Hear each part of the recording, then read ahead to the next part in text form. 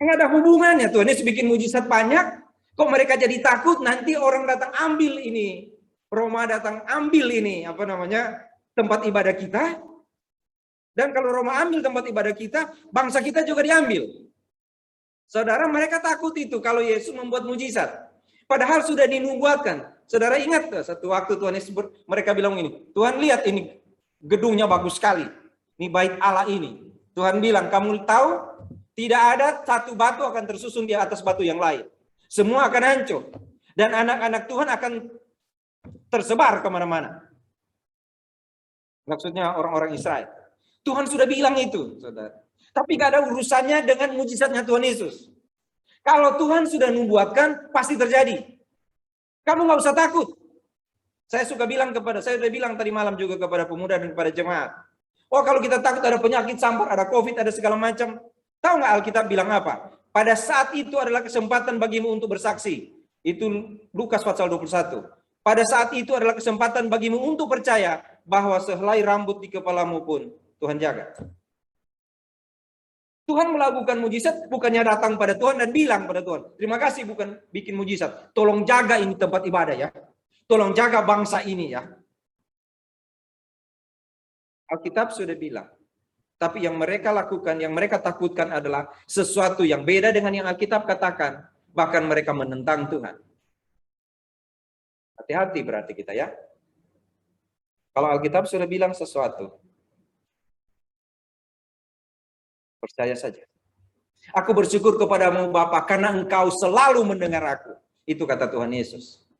Mereka takut nanti akan tempat suci ini akan dirampas.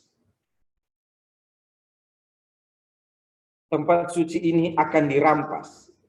Setelah itu, mulai saya lihat di ayat 53, 55, pada waktu itu hari raya Paskah orang Yahudi sudah dekat dan banyak orang dari negeri itu berangkat ke Yerusalem untuk menyucikan diri sebelum Paskah itu. Kenapa mereka jaga bait Allah?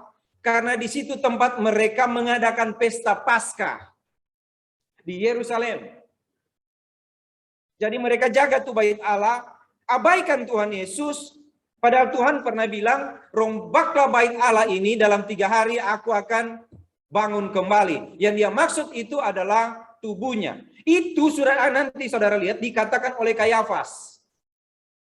Dikatakan oleh Kayafas di sini nanti kita bahas sebentar. Yaitu ayat 49 dan 50 sampai 51. Ya. Oh, sampai 52 malah. Saudara, mereka menyucikan diri sebelum Paskah itu. Dan mereka mencari Yesus sambil berdiri di bait Allah. Ini bait Allah, saudara. Bait Allah bukan jadi tempat bicara tentang kebenaran, tapi bait Allah menjadi tempat bicara tentang apa pendapatmu. Apa dia akan datang di sini? Kalau dia datang, kita tangkap. Tapi Yesus nggak datang. Mereka beri perintah kepada orang, cari tahu di mana dia ada. Mau Paskah, saudara. Mau hari raya Paskah. Di kepala mereka jaga bait Allah. Tangkap tuh Yesus. Mau hari raya Paskah. Cari di mana dia. Tapi mereka tidak dapat menangkap dia. Kenapa? Saudara ingat Tuhan bilang, waktuku belum tiba. Sesudah itu baru dia bilang, waktuku telah tiba. Aku menyerahkan nyawaku. Kalau dia tidak mau serahkan nyawanya, jangan kira ada orang dapat menangkapnya. Kalau Tuhan mau melakukan sesuatu, seperti Lazarus, sudah busuk 4 hari. Tuhan bisa lakukan sesuatu. Tidak ada orang yang dapat mencegah itu. Tidak ada. Ketidakpercayaan kita pun tidak dapat membuat Yesus berhenti melakukan kehendaknya. Bukankah Tuhan Yesus menangis? Itu yang sudah saya katakan minggu lalu. Bukankah Tuhan Yesus menangis? Kenapa? Bukankah masjul hatinya? Bukankah dia terharu? Kenapa? Karena aku sudah katakan kepadamu, aku kebangkitan dan hidup. Tapi kamu tidak percaya. Apakah Tuhan tidak membangkitkan Lazarus karena ketidakpercayaan mereka? Tidak. Tuhan bangkitkan. Bukankah banyak kali memang kita tidak percaya pada kata-kata Tuhan Yesus? Kita bungkus dengan logika yang baik. Padahal sebenarnya kita tidak percaya pada Tuhan. Bahkan bisa jadi di bait Allah kita bicara tentang itu. Saudara yang kasih dalam Tuhan Yesus, kami berempat ini, ada di sini. Saya, Ibu Yosi, Ariel, dan Nandia. Dari tempat ini. Setiap ada di sini saya perhatikan Ibu Yosi. Dia selalu berdiri di situ dan menangis. Saya tanya kenapa? Kapan kita sama-sama di sini? Ini sama-sama. Bahkan ini dari Ambon bisa dengar, dari Manado bisa ikut, dari mana-mana bisa ikut dari situ. Salah kali kita. Ya, salah. Dan kalau ada masalah dalam pelayanan, itu pasti karena gembalanya tidak benar. Itu pasti karena gembalanya tidak benar. Saya bilang ke dia, itu pasti karena saya. Dan saya mau bilang pada Tuhan, Tuhan, saya mau bilang seperti Daud. Jatuhlah hambamu di kuasa, supaya pelayanan ini berjalan. Tetapi saudara, kalau kita tidak percaya pada apa yang Tuhan katakan, jangan dikira kehendak Tuhan berhenti. Tidak. Jangan dikira kehendak Tuhan berhenti. Dan seorang hamba Tuhan seperti saya, seperti para penatua GABSD yang banyak sekali kekurangan. Banyak sekali kekurangan. Para hamba-hamba Tuhan, para pelayan-pelayan di GABSD yang banyak sekali kekurangan. Apakah Tuhan akan pakai? Ada banyak orang yang percaya pada Tuhan Yesus. Tadi orang Israel. Mereka percaya pada Tuhan Yesus. Tapi ada yang tidak percaya pada Tuhan Yesus. Tetapi kehendak Tuhan pasti mesti terjadi. Saudara perhatikan apa yang dikatakan oleh Kayafas. Ayat 49 sampai 52.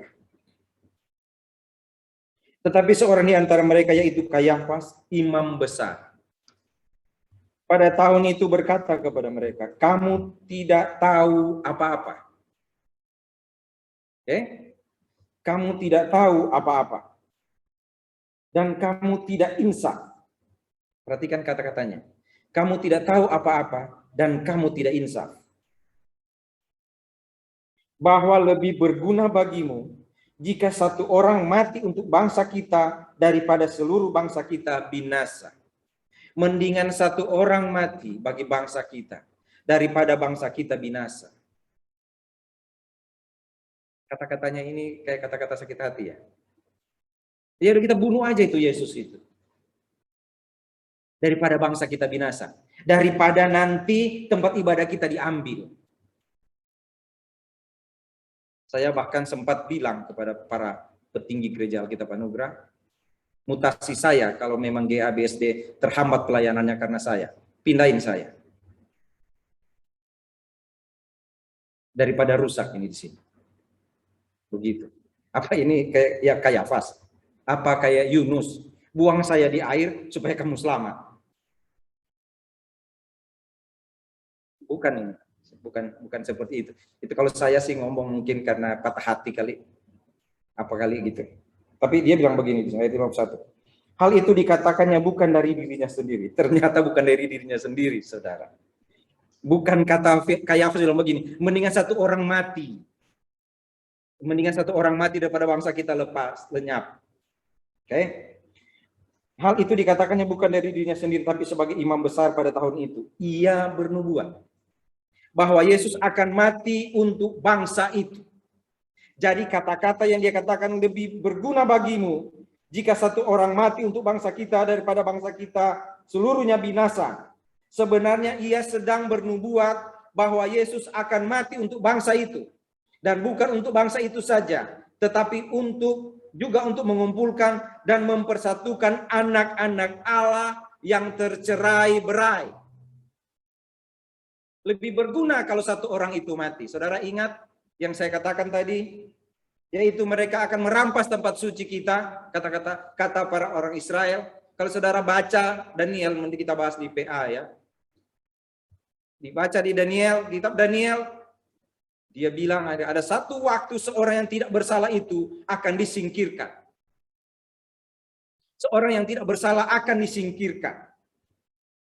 Dia akan mati bagi bangsa itu. Yesus akan mati bagi bangsa itu. Dan bukan hanya bangsa itu saja, tetapi juga untuk mengumpulkan dan mempersatukan anak-anak Allah yang tercerai-berai. Saudara, ketika mereka bangga dengan bait Allah, lalu Tuhan bilang, tidak ada satu batu pun di situ akan tersusun. Semua akan rata dengan tanah, dan anak-anak Allah akan tercerai-berai. Pada tahun 70, bait Allah hancur. Tahun 70 masih bukan 1970, bukan. 70. Bait Allah hancur. Orang Israel tersebar kemana-mana. Mereka dianiaya di bangsa-bangsa lain. Saudara ingat, Hitler bahkan membunuh mereka. Israel tersebar kemana-mana. Aku selalu rindu mengumpulkanmu. Seperti induk ayam yang rindu mengumpulkan anak-anaknya. Tapi engkau tidak mau. Itu kata Tuhan Yesus kepada orang Israel. Mereka takut tersebar. Padahal Tuhan sudah katakan. Mereka akan tersebar. Dan mereka hanya akan dapat dikumpulkan oleh Yesus. Kalau Yesus menyerahkan nyawanya. Dia akan mempersatukan mereka kembali. Bahkan orang-orang yang di luar bangsa Israel. Waktu itu mereka belum tahu itu memang. Mereka belum tahu bahwa ada bangsa-bangsa lain yang dikasihi oleh Tuhan Yesus. Dan akan ada satu rasul, Rasul Paulus bagi bangsa-bangsa lain. Waktu di sini belum tahu. Tapi sudah dikatakan dia akan mengumpulkan, mempersatukan anak-anak Allah yang tercerai-berai. Tahun 70 hancur mereka. Saudara boleh baca di sejarah. Bagaimana mereka teraniaya di mana-mana. Tetapi tahun 1948 mereka dikumpulkan lagi menjadi satu bangsa, sampai sekarang mereka ada di sana. Apakah itu sudah akhir? Belum, saudara. Mereka akan dikumpulkan dalam satu tempat yang namanya kerajaan Allah. Di situ mereka akan bersama-sama dengan Tuhan mereka. Mereka akan tinggal di sana. Sebelum itu akan ada penderitaan. Dan kita merasakan sekarang penderitaan-penderitaan itu. Belum penderitaan yang sesungguhnya. Belum murka yang sesungguhnya. Tapi tanda-tanda menjelang masa sengsara itu sudah ada sekarang. Inilah kesempatan bagimu untuk percaya pada Yesus. Bahwa rambut di kepalamu tidak akan jatuh tanpa pengetahuan Tuhan. Inilah saatnya kalau kita menderita di dunia ini. Tuhan memelihara kita. Karena apa yang dia katakan senantiasa terjadi. Saudara perhatikan, saya baru katakan tadi. Tentang saya, tentang keluarga saya. Mungkin kami salah di sini melayani. Sehingga pelayanan ini tidak maju. Tetapi kalau Tuhan mau pakai kami sekeluarga, saya bilang pada Tuhan, pakai Tuhan. Tapi saya tidak punya hak untuk bilang pada Tuhan, pakailah saya. Hanya karena kemurahan Tuhan saja. Semoga para hamba Tuhan Gereja Alkitab Anugerah BSD, para penatua juga mempunyai hati yang sama. Kalau kita mau dipakai Tuhan, hanya karena kemurahan Tuhan saja. Maka bekerjalah bagi Tuhan.